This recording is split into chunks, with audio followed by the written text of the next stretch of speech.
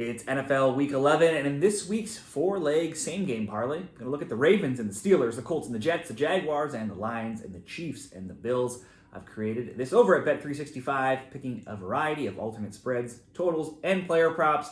We're not looking for the big payout here, just something easy to cheer for and hopefully cash. Before I get into the games, if you want to get a great bonus as a new customer at one of the top sports books in your area, check out signupexpert.com/shredthespread. I'll put that link down there in the comments, and you can see a listing of all of the great bonus offers available for you as a new customer. And if you want more sports picks, then be sure to give this video a like and subscribe to the channel as well. Let's go to the Ravens and the Steelers. The Steelers have owned the Ravens. They've won 7 of the last 8, but this rivalry is always close, with those games being decided by 7-7, 3-2, 3 points going into overtime, 1, 5, and 4 points. In fact, there have been 27 games between these teams since 2008 decided by one score, the most of any matchup between two teams. No team has scored 20 points in any of the past 5 between them, and point totals in these last 8 meetings have been 27, 27, 29, 30, 29, 39, 33, and then 52 going way back into 2020. Despite these low-scoring trends, this year the Ravens' offense is first, the defense is 25th, which could open up the scoring in this game, especially with Russell Wilson rolling right now, throwing the deep ball, throwing 6 touchdown passes in his 3 games with just 1 interception. Lamar is a possible MVP winner, but his record versus Pittsburgh is not good at 1-3. He's also lost 3 straight, has only 4 touchdowns, 7 interceptions in those games. If we look at the kicking games, Ravens kicker Justin Tucker, not been as good as he's been in past years, and he did fail to have a kick a field goal 3 times this season as well, but in 2 of those 3 he didn't even attempt to kick, including last week's shootout win over Cincinnati. He is though still 15 of 19 on the season and still been one of the league's top kickers. Steelers kicker Chris Boswell also didn't attempt to kick last week in a shootout win over Washington. That cost me one of my bets there, as I've been betting on Steelers games to always have a field goal. Now, it's the first time this season he didn't attempt or make a kick, and he's still 23 of 24, snapped a run of 12 straight games going back into last season where he made a kick. I would expect both kickers to make a kick, certainly at least 2 kicks in this game. Now, if you want to look at some player props, the Ravens have given up the most catches, 63, the 3rd most yards, 680, to opposing tight ends this season. So we could look to Pat Freiermuth receptions in this same game parlay as well. He's 2nd on the Steelers in targets, catches, and yards, 1st in receiving touchdowns. He's made at least 2 catches each game this season and 3 or more in 6 of 9.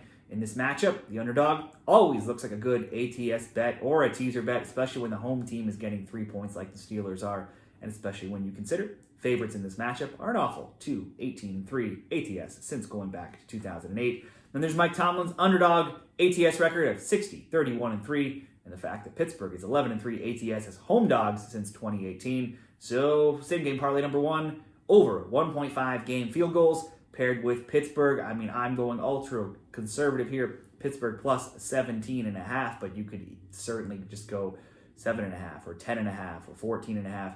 And then paired with the Freiermuth 1 or more receptions. Again, you could probably go 2 or 3 if you wanted as well, but I'm playing this very conservatively. So let's go to Colts and Jets next. The Colts can't decide who to play at quarterback this week. It's over to Anthony Richardson. At this point, he's a better runner than passer, which is not what you want from a 4th overall pick.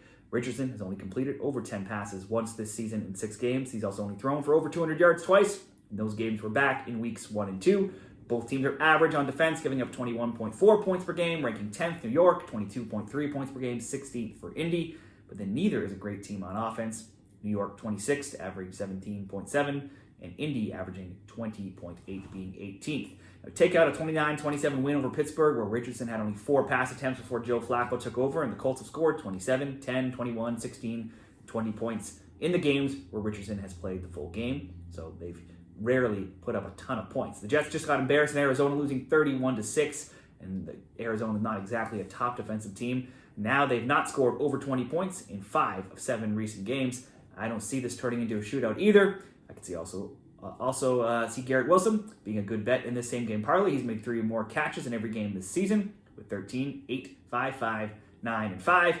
And in 14 of 17 games last season, he did it as well. He also did it in 14 of 17 in 2022. So 3, 4, 5 catches probably all look good in same-game parlays. Devontae Adams could be out or limited with an illness and a wrist injury, so it should be another normal day for Garrett Wilson. In this same-game parlay, I want to tease up the total and go under. You can go somewhere into the 50s, 55, 57, or go under 60.5. Pair it with Garrett Wilson, at least to have 2. He certainly could have more, 2 or more receptions to make leg 2 of the same game parlay.